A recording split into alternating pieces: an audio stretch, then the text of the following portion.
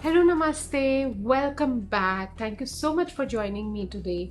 Now that the mango seasons are here and the summers have finally set in, I cannot stop myself from making these two healthy mango dessert recipes on repeat. I am a nutritionist and I have been doing this for over 20 years. And let me tell you something, healthy food doesn't need to be bland or boring. These two recipes are a proof of that. We are going to be making two recipes.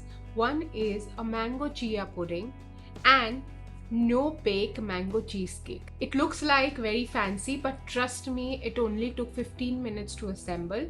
You can easily prep this over the weekend and have it throughout the week whenever you have those sugar cravings. Now let's dive right into the video.